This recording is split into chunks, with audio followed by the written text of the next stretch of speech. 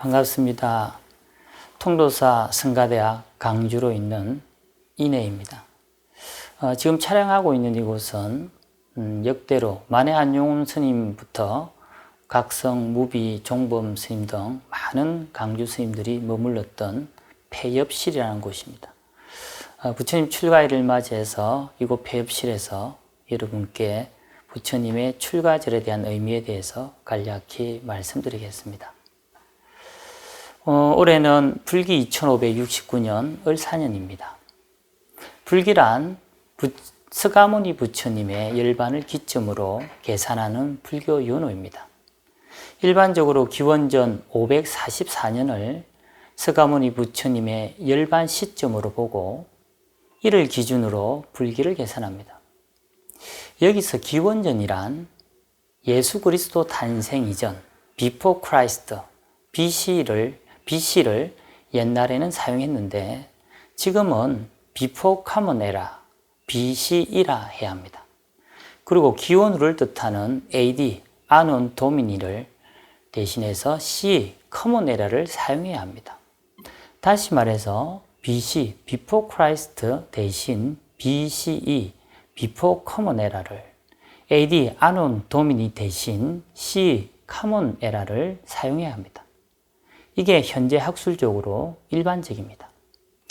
나아가 우리 불자들은 불기, 즉 부디스트 에라, BE를 사용하도록 합시다. 부처님께서는 호명보살로 도솔천에 계시면서 중생들을 구제하기 위하여 히말라야 남쪽 기슭 카필라국의 마야 부인 복중을 빌려 사바세계에 강림하셨습니다.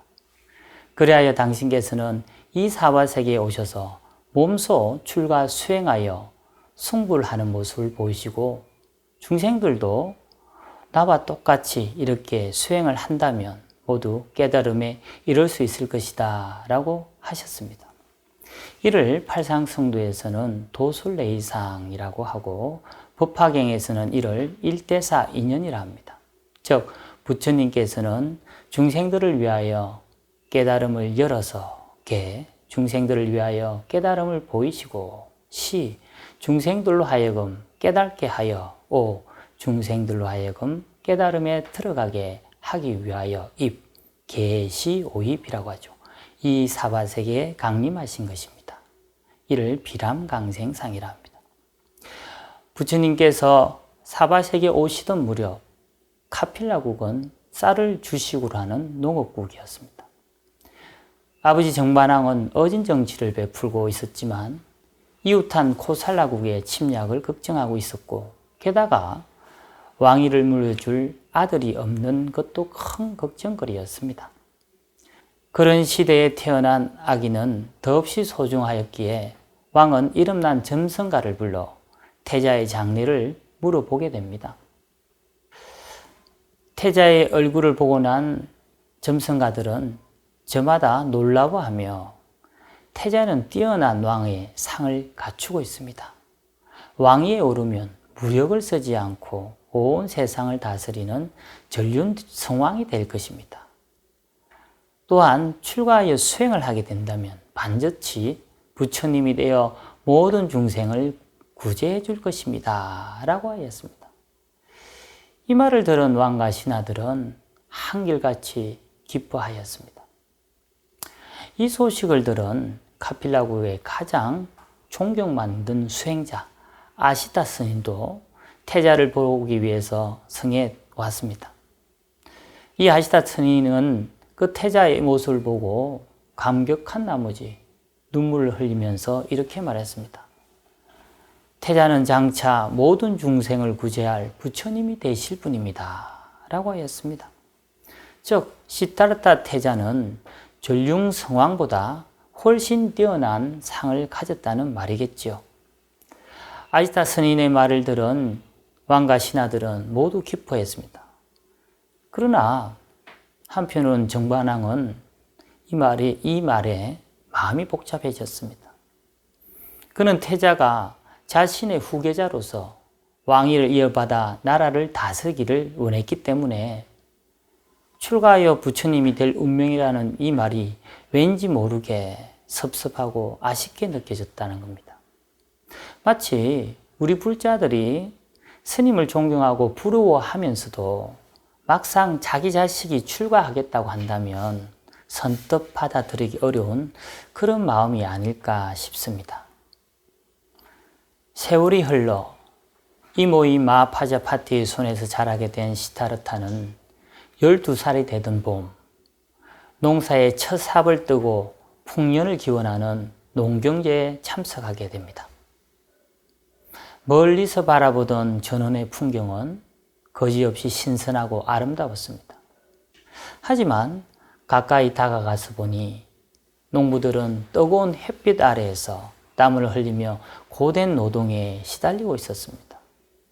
태자는 자신과는 전혀 다른 그런 그들의 삶을 보며 마음이 무거워졌습니다. 그때 쟁기가 지나간 자리에서 작은 벌레들이 꿈틀대며 올라왔습니다. 그 순간 어디선가 새 한 마리가 날아와 그 벌레를 낚아채 하늘로 날아갔습니다.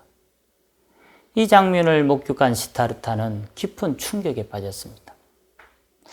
더 이상 그 광경을 보고 있을 수 없었기에 그는 홀로 숲으로 들어가 나무 아래에서 앉아 깊은 생각에 잠깁니다.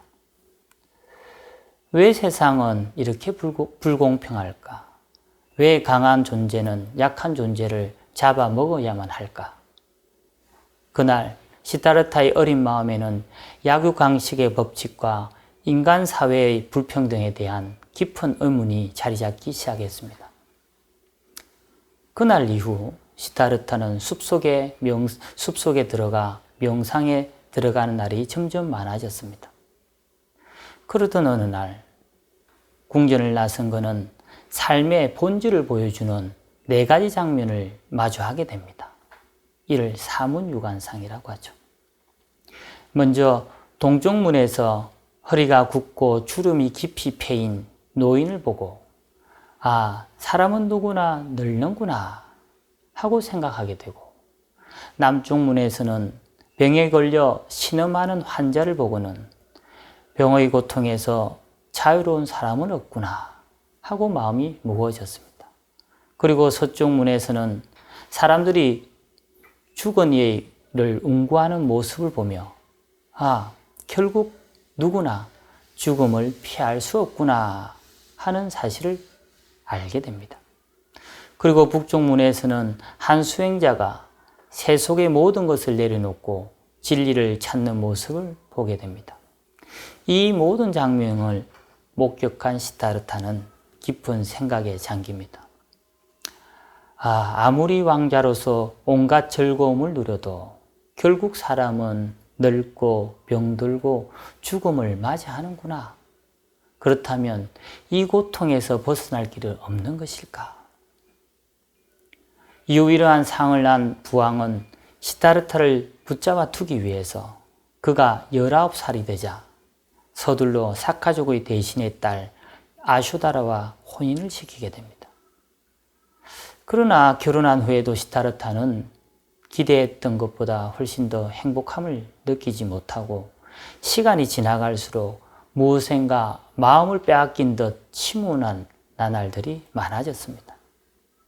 어린 시절부터 삶의 본질에 대해 깊이 고민해온 시타르타는 결국 이대로 살다가 죽는다면 아무런 의미도 남지 않으리라는 생각에 이르게 됩니다.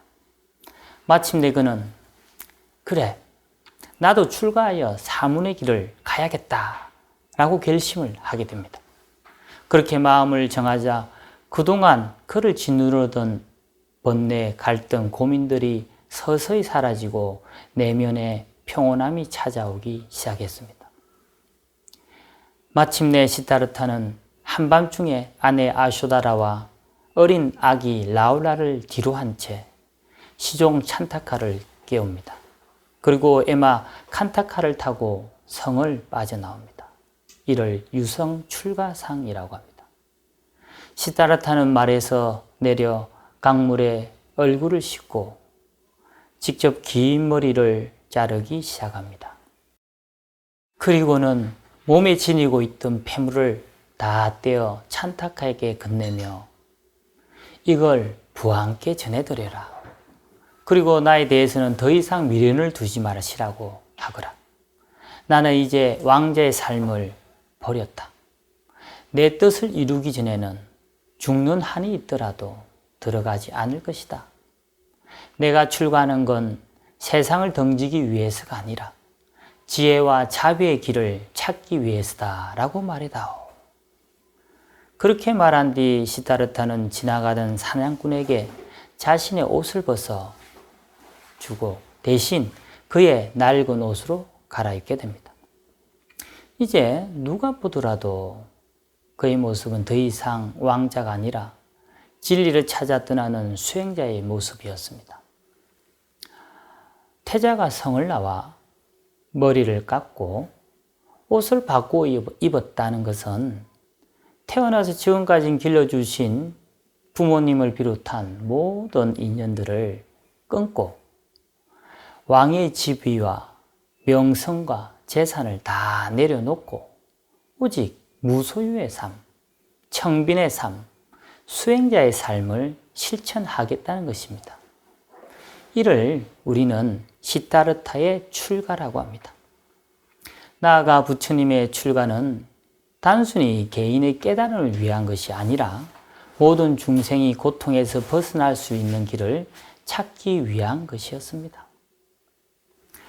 신라시대의 원척 스님께서는 출가를 두 가지로 나누어 설명하십니다. 하나는 형출가, 형태할 때 형자, 같은 말로 신출가, 몸 신자를 써서 또 다른 하나는 마음 심자를 써서 심출가라 했습니다.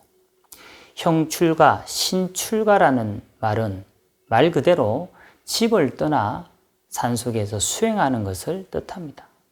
삭발염이, 즉 머리를 깎고 성복을 입으며 스님이 된다는 말이죠. 하지만 단순히 형식만 갖춘다고 해서 진정한 출가가 되는 것은 아닙니다. 만약 스님으로서의 위와 덕성을 갖추지 못한다면 그것은 허울뿐인 출가일 겁니다. 반면에 심출가, 마음 심자를 써서 심출가는 산속에서 살아야만 출가가 되는 것이 아니라 속가에서 살더라도 청정한 계율을 지키고 늘 깨달음을 향한 마음을 잃지 않는다면 그것이야말로 진정한 출가라고 하셨습니다. 즉 마음속에서 번뇌와 애착을 버리고 깨달음을 향해 나아가는 것이야말로 진정한 출가라는 뜻입니다. 오뇨 스님의 발심수행장에 보면 이심중해왈 심영사문이요 불연세소갈 심영출가라 했습니다. 마음속에 애욕을 여인 이를 사문이라 이름하고 세속에 대하여 그리워하지 않는 것을 출가라 이름한다고 하셨습니다. 하나의 에피소드가 있는데요. 옛날 인도에 한 부잣집 아들이 있었습니다. 그는 어릴 때부터 사치를 누리며 자랐지만 세상의 무상함을 느끼고 출가를 결심하게 됩니다. 집을 떠나 머리를 깎고 성복을 입은 그는 어떤 유명한 스님을 찾아갑니다. 그런데 이상하게도 그는 손에서 장미꽃을 꼭 쥐고 있었습니다. 그리하여 스님을 찾아가서 인사를 드립니다. 그런데 스님께서 그의 꽃을 든 모습을 보고는 그 꽃을 왜 들고 왔느냐라고 물어봅니다. 그 제자는 이 꽃은 제가 가장 좋아하는 것입니다. 놓을 수가 없습니다. 그 서성은 출가는 모든 집착을 버리는 길이다. 그런데도 이 꽃을 포기하지 못하겠다고 하며 미소를 지으며 다시 물어봅니다. 네가 꽃을 쥐고 있는 것이냐? 아니면 꽃이 너를 쥐고 있는 것이냐? 제자는 깜짝 놀라며 제가 이 꽃을 쥐고 있지 않습니까? 서성은 얘기합니다. 아니, 사실은 그 꽃이 너를 붙잡고 있는 것이다. 너의 마음을 사로잡고 있기 때문이지. 제자는 그 말을 듣고 깨닫게 됩니다. 자신은 출가했다고 생각했지만 마음속에서는 여전히 모든 것을 내려놓지 못하고 있었기 때문입니다. 그래야 여서성은 출가는 형식이 아니라 마음속에서 이루어지는 것이다 라고 얘기해 줍니다. 내가 정말 출가하고 싶다면 먼저 마음속의 장미꽃을 내려놓아야 한다. 그제야 제자는 결심하게 됩니다. 스승님, 이제 저는 이 꽃을 내려놓겠습니다. 제 마음속의 장미꽃도 다 함께 내려놓겠습니다. 그제서야 스승은 미소를 지으며 그 제자를 받아주게 됩니다. 흔히들 출가라고 하면 산사에서 머리를 깎고 성복을 입으며 수행하는 모습을 떠올립니다. 하지만 그것은 단순한 겉모습일 뿐입니다. 출가는 내면의 변화와 함께 이루어져야 합니다. 스산대사의 성가기감에 보면 출가하여 스님이 되는 일에 대하여 이렇게 말씀하십니다. 출가하여 스님이 되는 일이 어찌 작은 일이겠는가? 편안하고 한가로운 생활을 구하는 것이 아니요. 따뜻하게 입고 배불리 먹으려고 하는 것도 아니며 명예와 이익을 얻으려는 것도 아니다. 생사를 벗으라는 것이요. 번뇌를 끊으려는 것이며 부처님의 지혜를 이으려는 것이요. 삼계를 벗어나 중생을 제도하려는 것이다. 라고 하여 출가하여 스님이 되는 일에 대하여 말씀해 주고 있습니다. 출가제를 맞이하여 부처님의 참된 출가의 의미를 되새겨 봅시다. 부처님께서 카필라국의 마야부인 복중을 빌려 사바세계에 강림하시어 시다르타 태자로 출가한 것은 단순히 자신의 행복을 위한 것이 아니었습니다. 고통받는 이들을 향해 연민과 가난한 사람들의 아픔을 자신의 고뇌로 받아들이는 깊은 사랑, 즉 간세음보살과 같은 대자비심 때문이었습니다.